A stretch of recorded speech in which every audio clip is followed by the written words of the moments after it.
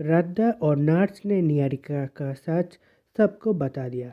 प्रथम गुस्से में आकर निहारिका को हमेशा हमेशा के लिए मित्तल परिवार से बाहर कर देता है और पुलिस के हवाले कर देता है। जी हाँ दोस्तों, अब सभी के फेवरेट सीरियल मन अति सुंदर में जहाँ एक तरफ निहारिका अपने प्लान में कामयाब होने वाली थी, वही दूसरी तरफ राधा और नर्स ने उसके पूरा प्लान पर पानी फेर दिया। जैसे ही निहारिका का सच सामने आता है, प्रथम आग बबूला हो जाते हैं। पहले वो राधा की बात पर भरोसा नहीं करता और दादी बोलने लगती है ये राधा नया नाटक कर रही है। लेकिन जैसे ही दादी गुस्से में नर्स का बैग चेक करती है, उससे बहुत सारे पैसा निकल आते हैं। तभी राधा सबको बता देती है ये पैसा निहारिका ने इस नार को दिया था, माँ जी को अपने रास्ते से हटाने के लिए। ये सुनते ही प्रथम के पैरों तले जमीन खिसक जाती है। दादी की तो होश उड़ जाती है। ओमकार को समझ नहीं आता कि निहारिका इतना बड़ा कांड कर कैसे सकती है। निहारिका गुस्से में आकर राधा पर चिल्लाने लगती है। कहती है इस राधा का कोई और काम नहीं है, ये मेरी जासूसी करती रहती है। मैं भला किसी को क्यों परेशान करूँगा।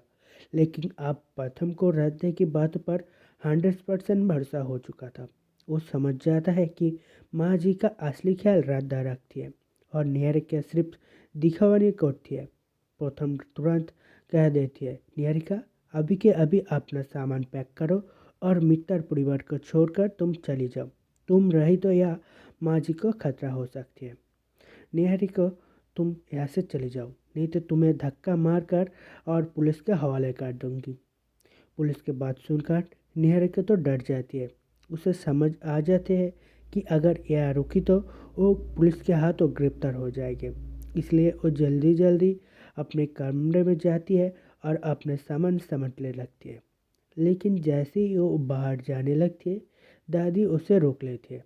दादी कहती है अगर निहारिका इस घर से गई तो मैं भी इस घर से चली जाऊंगी, मैं भी इस घर में नहीं रहूंगी, मैं वृद्धाश्रम चली जाऊंगी। लेकिन इस बार ओमकार, रजनी और प्रथम बिल्कुल भी मानने को तैयार नहीं है। वो कहते हैं जिसने रजनी जी के जान लेने की कोशिश की उसे इस घर में एक पल भी नहीं रहना चाहिए। रजनी जी भी निहारिका को बाहर जाते देख के मन ही मन खुश हो जाती है। परिवार समझ जाता है रजनी भी इसे को चाहती थी। तभी प्रथम पुलिस को फ़ोन कर देता है और तभी पुलिस तुरंत आ जाती है। निहारिका को पैरों तले जमीन खिसक जाती है जब वो सामने खड़ी पुलिस को देखती है। उस डर के मारे सब कबूल कर लेती है कि उसने ही रजनी जी की गलत दवाई दी थी। नर्स के साथ मिलकर उसने रास्ते से हटाने के लिए प्लान बनाया था और राधा के बीच में आ जाने से उसका पूरा प्लान फेल हो गया था। इतना नहीं, उसने नर्स पर भी हमला किया ताकि कोई सबूत ना बचे। अब इस गुनाह के बाद निहारिका को कोई माफ़ नहीं कर सकता। लेकिन दादी अभी भी पूरी तरह सच मानने को तैयार नहीं।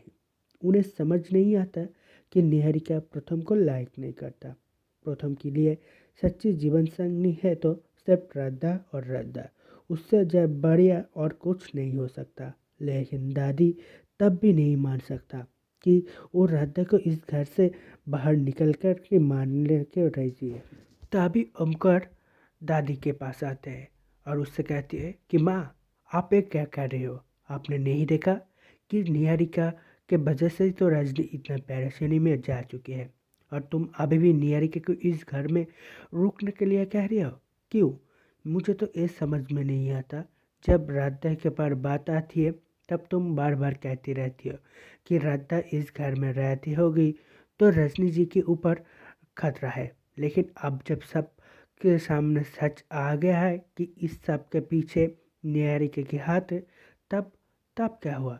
तब तुम निहारिका को इस घर से बाहर निकल देने के बदले तुम उसके इस घर में रहने के लिए बोल रहे हो। लेकिन मैं ये नहीं सह पाऊंगा। जिसने गुनाह किया उसे तो सजा होके ही रहेगा। और तुम अगर निहारिका की वजह से तुम भी इस घर से चली जाने चाहती हो तो तुम भी चली जाओ, मुझे कोई दिक्कत नहीं। मैं नहीं चाहता हूँ कि इस घर में कोई एक अपराधी रहे, किसी की वजह से किसी को नुकसान हो रहा है वो तो मैं चुपचाप नहीं सह सकती। इसलिए माँ तुम भी जा सकती हो। निहारिका तो चली जा रही है, उसे अब पुलिस देख लेगी। पुलिस की वजह से वो अब कुछ नहीं कर पाएगी। और तुम वृद्धाश्रम जाने के लिए तैयार हो तो तुम भी बैग लेकर आओ, मैं तुम्हें भी लेकर वहाँ पहुँचा देता हूँ। तुम्हें तो बहुत जाने के शौक था ना, निहारिका चले जाने के बाद तुम भी तो चले जाना चाहती हो, तो चलो मैं तुम्हें दे आता हूँ। लेकिन हाँ, अगर तुम इस घर से चले जाओगे तो मुझे तुम अब कोई भी बेटा मानने को तैयार नहीं होगा, ये बात तुम कानों में भर लेना। तभी रद्दा दादी के पास आती है और दादी से कहती है कि दादी, तुम ऐसे गलती कैसे कर सकते हो? तुम इस घर से चले जाओगे तो इस घर की हवा, इस घर हवेली की पूरी रोशनी चली जाएगी। तुम्हारे लिए ही तो इस घर में रोशन रहती है। और तुम चले जाओगे तो ओमकार जी प्रथम, उनका क्या होगा? उनको कौन सहारा होगा? अब तो सासू माँ भी पूरी तरह से ठीक नहीं हुआ, और तुम चले जाओगे तो कैसे होगा? तब जाकर दादी रुक जाती है, लेकिन मन ही मन वो राधे के ऊपर गुस्सा हो जाती है। ये क्या उसके कारण तो निहारिका चली जाती है। दादी ने उसके कमरे में जाकर और निहारिका को फ़ोन करने लगती है, लेकिन निहारिका फ़ोन रिसीव नहीं करता।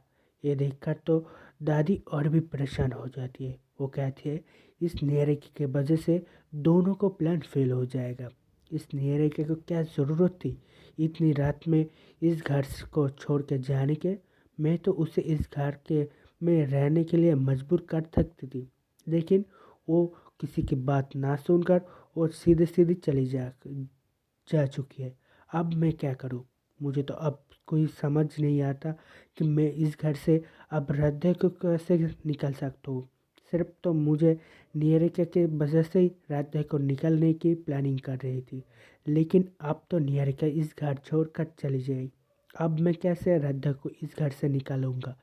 लेकिन अब तो रजनी भी पूरी तरह से सुस्त हो गया है। अब तो मैं कुछ अकेला कुछ कर ही भी नहीं पाऊंगा। इसलिए नीरज को जैसे भी हो इस घर में वापस बुलाना होगा, चाहे प्रथम का हाथ जोड़कर माफ़ी मांगकर उसे घर ले आना पड़े तो भी मंजूर है, लेकिन उसे इस घर में आना ही होगा।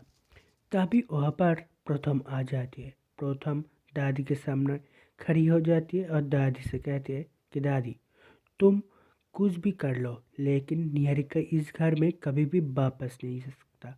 अगर निहारिका इस घर में वापस आ गई तो या तुम इस घर में रहोगी या हम सब। ये सुनकर तो दादी चुप हो जाती है, खामोश हो जाती है। वो तो ये मानने को राजी ही नहीं था।